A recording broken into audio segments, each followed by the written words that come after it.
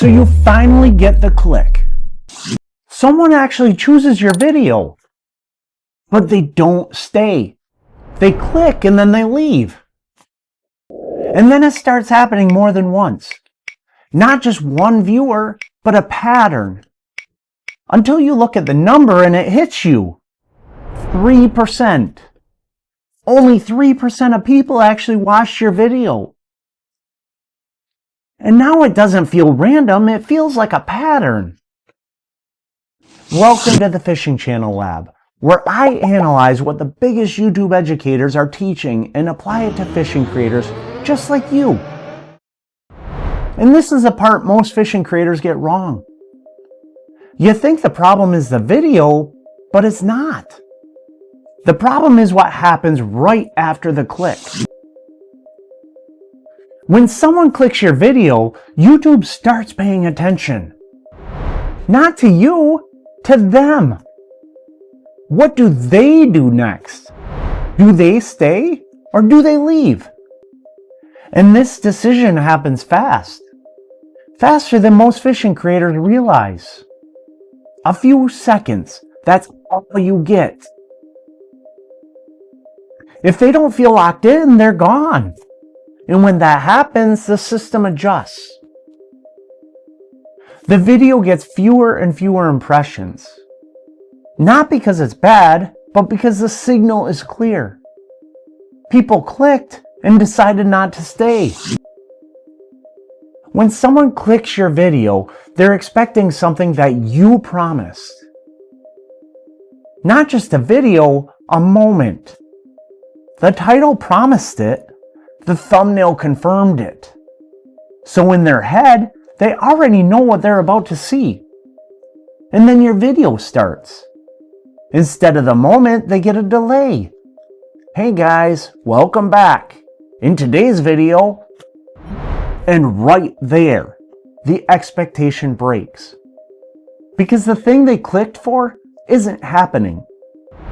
So their brain makes a decision. This isn't what I thought it was. And the moment that thought happens, they're already leaving. Not because your video was bad, because it didn't match the expectation fast enough. That's the gap. Expectation versus reality. And if that gap is too big, the viewer doesn't wait for you to fix it. They just bounce. So imagine this. You pull up to the lake mid-morning. The fog is just starting to lift, and you head straight to your favorite line of toolies. You pick up your Texas rig, and you start flipping into every pocket you can find, working your way down the bank. Then you feel it. Just a little extra weight on the line.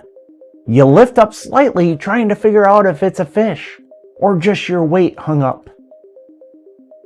Then it pulls back, so you load up. You go to set the hook, but it's too late. The fish spits the bait, and your Texas rig comes flying back, just barely missing your face. That's your viewer. They clicked, they were interested, but you hesitated. And by the time you tried to lock them in, they were already gone. So your video isn't bad, it's just not delivering fast enough. You had their attention, but you didn't lock it in. So the viewer leaves and the system responds. Less exposure, less opportunity, and less growth.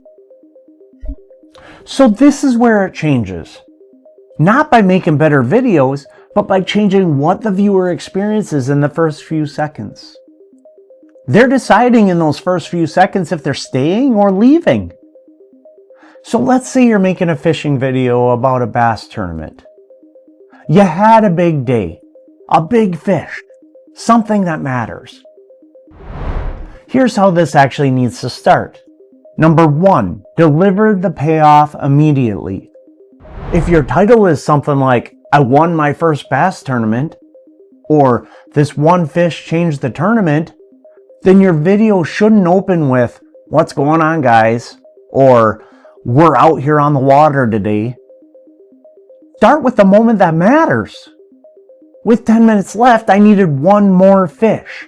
And then this happened. That's the payoff. That's why your viewer clicked.